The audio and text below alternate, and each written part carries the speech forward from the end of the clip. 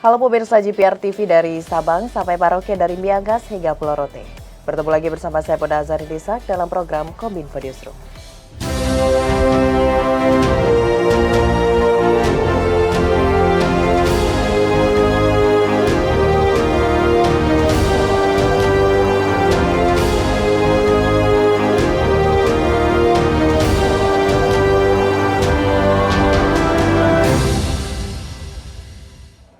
Pemirsa, kita ke informasi pertama. Presiden Joko Widodo menggelar zikir dan doa kebangsaan 78 tahun Indonesia Merdeka di Istana Merdeka, Jakarta. Zikir dan doa bersama ini mengawali rangkaian agenda peringatan Bulan Kemerdekaan Republik Indonesia yang dihadiri pula para lintas tokoh agama.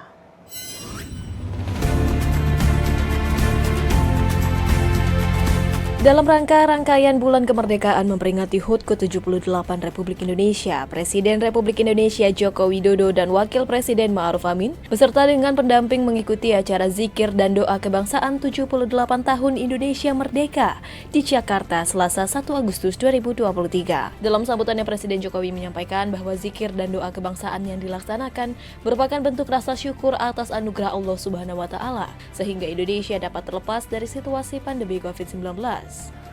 Jangan lupa kita mensyukuri betapa keadaan yang mencekam saat itu, kengerian. Saya sendiri dengan Pak Wakil Presiden, dengan para menteri, nggak bisa bayangkan ini COVID ini selesai kapan. Tiap hari di jalan-jalan ambulan, nguing semuanya. Sudah selesai yang Omikron, ganti yang Delta. Terus nanti ganti apa lagi, kita ini tidak bisa menebak dan hanya bisa ikhtiar dan berserah diri kepada Allah SWT. Presiden Joko Widodo juga mengajak seluruh tokoh agama, kiai, habib, alim ulama hingga santri untuk melantunkan zikir terhadap bangsa Indonesia menjelang HUT ke-78 Kemerdekaan Republik Indonesia dan optimis untuk mewujudkan Indonesia Emas tahun 2045. Saya mengajak kepada seluruh kiai, para habaib, para alim ulama, para tokoh agama, para santri yang hadir, serta seluruh komponen masyarakat yang bergabung secara daring untuk bersama-sama melantunkan zikir, melantunkan doa, memohon ridho Allah SWT, memohon perlindungan dan berkahnya agar bangsa ini terus melaju untuk Indonesia maju. Dalam acara tersebut turut hadir jajaran Menteri Kabinet Indonesia Maju, Kepala Staf Kepresidenan dan PJ Gubernur DKI Jakarta. Selain itu tampak hadir pula Ketua Umum Majelis Ulama Indonesia, Ketua Umum Pimpinan Pusat Muhammadiyah, Ketua Umum Pengurus Nahdlatul, Imam Besar Masjid Istiqlal dan para tokoh lintas agama. Ya, kita bersyukur, gembira sekali. Mudah-mudahan senantiasa seperti ini kita bisa bersama-sama berzikir, berdoa untuk bangsa kita, negara kita, agar pemerintah kita, rakyat kita selalu mendapatkan petunjuk dari Allah Subhanahu wa Ta'ala. Negeri kita dalam lindungan Allah, kasih Allah, diberikan kemakmuran, keamanan, dan seterusnya. Kita bersama-sama para tokoh agama dan umat, seluruh agama-agama yang ada di Indonesia, Islam, Hindu, Kristen, Buddha, Konghucu, kita bersama-sama untuk berdoa dalam rangka menyambut hari ulang tahun kemerdekaan kita yang ke-78. Tujuan dan harapan kita tentu kita ingin mengimplementasikan nilai-nilai Pancasila dalam kehidupan, bermasyarakat, berbangsa, dan bernegara. Ini yang kita ingin sampaikan, apalagi ini tahun-tahun politik. Mari kita jaga persatuan persatuan kita. Kita ingat lagu Indonesia Raya 3 stansa. Mari kita berseru, Indonesia tetap bersatu.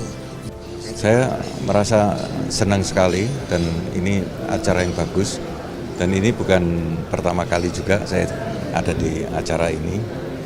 Acara ini sangat terbuka. Artinya doa dan zikir sebetulnya lebih domain umat muslim ya, tapi saya beruntung sekali dan senang sekali bahwa saya ikut diundang, ikut menyaksikan dan ikut mungkin membawakan doa-doa dengan saya sendiri ya, dengan secara pribadi. Ya, moga-moga negara ini akan aman, tentrem, berkembang dan sejahtera. Presiden Joko Widodo meresmikan pembukaan Gelar Batik Nusantara 2023 di Senayan, Jakarta hari ini Rabu 2 Agustus 2023. Presiden menyatakan bahwa batik adalah wajah Indonesia dan meminta para pengrajin untuk terus mengembangkan batik yang dimiliki.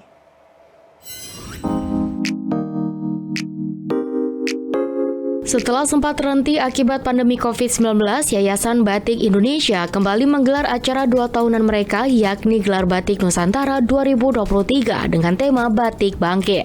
Gelar Batik Nusantara menghadirkan perajin batik dari berbagai daerah untuk berkumpul, memamerkan dan menjual hasil karyanya. Di kesempatan tersebut, Presiden Joko Widodo mengucapkan terima kasih kepada para pengrajin, desainer, dan pengusaha batik yang selama ini dan terus berkreasi dan produksi batik sebagai karya adiluhung bangsa Indonesia. Batik sangat istimewa, tidak saja karena keindahan tetapi juga karena makna filosofinya. Batik adalah wajah kita. Batik adalah kehormatan kita. Dan melalui batik telah tercipta lapangan kerja yang sangat banyak. Jutaan orang bekerja di industri batik kita dan memberikan penghasilan serta kehidupan bagi jutaan rakyat kita yang bekerja di sektor ini. Presiden melihat pasca pandemi COVID-19, kenaikan industri batik akan terus meningkat dan momentum ini sangat baik agar batik bangkit kembali karena perekonomian Indonesia juga tumbuh sangat baik. Oleh karena itu, Presiden Joko Widodo mengajak para pengrajin dan pengusaha batik serta seluruh masyarakat Indonesia untuk memanfaatkan kebangkitan ekonomi dengan sebaik-baiknya dan mengembangkan batik yang dimiliki. Terus mengembangkan batik yang kita miliki dengan mengeksplorasi desain, motif, dan warna yang selalu ada yang baru setiap tahunnya agar batik semakin beragam dan menarik. Beralih ke informasi lainnya, pemirsa, Menteri Pemuda dan Olahraga Dito Aryo Tejo mengungkapkan, pemerintah tengah menyiapkan sistem satu pintu untuk mengurus perizinan kegiatan seni dan olahraga secara elektronik. Ia mengungkapkan penyelenggaraan kegiatan seni atau olahraga nantinya bisa mengurus izin keamanan hingga keperluan visa melalui sistem perizinan ini.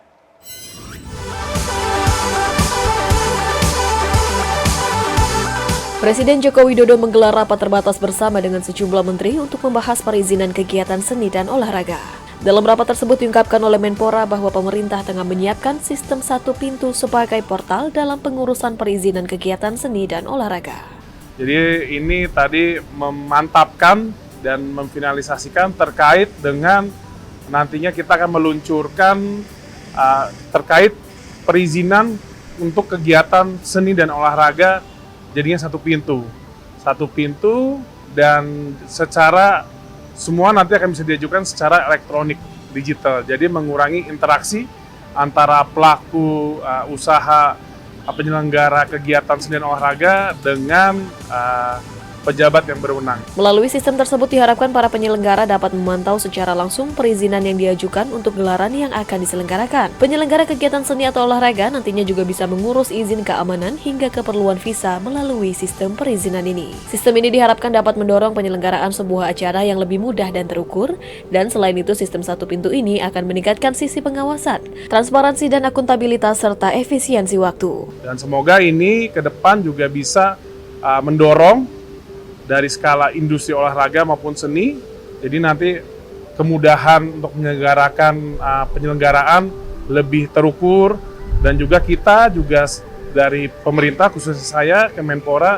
bisa memantau para penyelenggara ini yang menyelenggarakan kegiatan olahraga. Jadi dari sisi keamanan dan juga kepatutan bisa kita pantau dengan lebih mudah. Jadi controllingnya bisa kita lakukan sebelum acara itu diselenggarakan. Melalui kebijakan ini pula diharapkan meningkatkan perekonomian generasi muda dan khususnya para pelaku industri kreatif.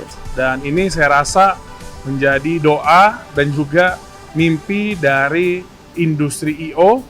karena kita sangat mengetahui selama ini mungkin karena banyaknya perizinan yang harus didapatkan karena terkait dengan masyarakat banyak ya setiap kali kita menyelenggarakan, dan sekarang akan kita ciptakan sistem satu pintu terpadu. Sistem perizinan satu pintu gelaran seni dan olahraga ini rencananya akan dikelola oleh Kepolisian Negara Republik Indonesia bersama dengan Kementerian Koordinator Bidang Kemaritiman dan Investasi dan akan mulai diuji coba pada September 2023. Menko Polhukam Mahfud MD merespon penetapan tersangka pimpinan Ponpes Al Zaitun Panji Gumilang oleh Bareskrim Polri terkait kasus penistaan agama. Mahfud menilai Polri telah bekerja cermat dengan mengundang ahli untuk penangkapan kasus ini. Mahfud juga menegaskan bahwa penyelenggaraan pendidikan di Ponpes Al Zaitun harus tetap dilanjutkan dan kini pemerintah menjamin pendidikan itu terus berjalan.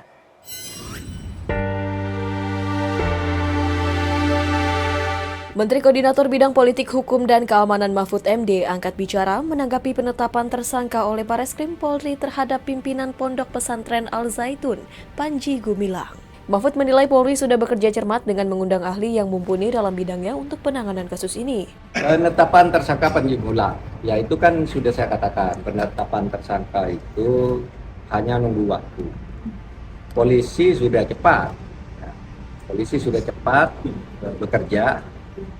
Tetapi memang masyarakat dan wartawan selalu bertanya kapan dan kapan. Sejak dulu saya sudah bilang ini pastilah tersangka karena sudah masuk ke penyidikan, sementara yang satu yang dilaporkan hanya satu. Kan berarti tersangkanya dia, cuma agar tidak ada yang terputus, polisi bekerja dengan cermat. Mengundang ahli hukum pidana, ahli agama, ahli teknologi, ahli bahasa, bahkan juga menguji laboratorium forensiknya tentang ucapan-ucapan dia itu asli apa diedit, kalau dipotong bagian mana yang dipotong kan ketahuan. Dari situ kemudian dipanggil, tidak datang, kan tidak boleh dipaksa orang tidak datang sebelum. Baru datang kemarin langsung ditetapkan sebagai tersangka. Mahfud mengatakan Polri memiliki waktu 1x24 jam untuk menentukan penahanan atau tidaknya terhadap Panji Gumilang. Mahfud mengatakan seseorang tidak wajib ditahan bila ancaman hukumannya di bawah 5 tahun. Jadi kira-kira nanti paling lambat keputusannya jam 8 malam ini untuk ditahan apa tidak. Nah, apa alasan untuk ditahan? Pertama, prasyarat utamanya itu kalau ancaman hukum pidananya minimal 5 tahun. Ini lebih dari 5 tahun, itu prasyarat utama. Yang kedua, kalau yang bersangkutan dikhawatirkan tidak mau kerjasama, dipanggil, menghilang, tidak datang, tidak berbagai alasan, itu tidak mau kerjasama. Yang ketiga, kalau penyidik khawatir yang bersangkutan kalau pulang menghilangkan barang bukti dan mengubah keadaan TKP, ya, tempat kejadian perkara, itu bisa. Lalu dikhawatirkan mengulangi perbuatannya. Kalau dikhawatirkan mengulangi lagi, kalau perbuatan sifatnya berkelanjutan, ya itu bisa juga ditahan. Nah, apakah akan ditahan nanti ditunggu saja. Mahfud menambahkan bahwa pihaknya akan mengadakan rapat dengan Menko PMK Muhadjir Effendi, Benak Yakut Khalil Homas, hingga Gubernur Jawa Barat Ridwan Kamil untuk membahas koordinasi penanganan pendidikan di Pondok Pesantren Al Zaitun setelah pimpinan Ponpesnya Panji Gumilang ditetapkan sebagai tersangka. Nah, Pondok Pesantren Al Zaitun itu sebagai sebuah lembaga pendidikan pesantren itu tidak ada masalah, sehingga pemerintah memutuskan untuk menjamin kelangsungan pendidikan sesuai dengan hak-hak konstitusional para santri dan murid, gitu. Sehingga kita juga sudah mengantisipasi, mungkin dalam waktu 1 hari ini saya akan segera mengadakan rapat mereka dengan MENA, dengan Mendagri, dengan Menkumham, dan dengan Gubernur Jawa Barat, akan koordinasi untuk penanganannya agar pendidikan berjalan sebagaimana mestinya. Pemirsa, setelah jeda kami akan kembali dengan informasi lainnya. Tetaplah bersama Kominfo Newsroom.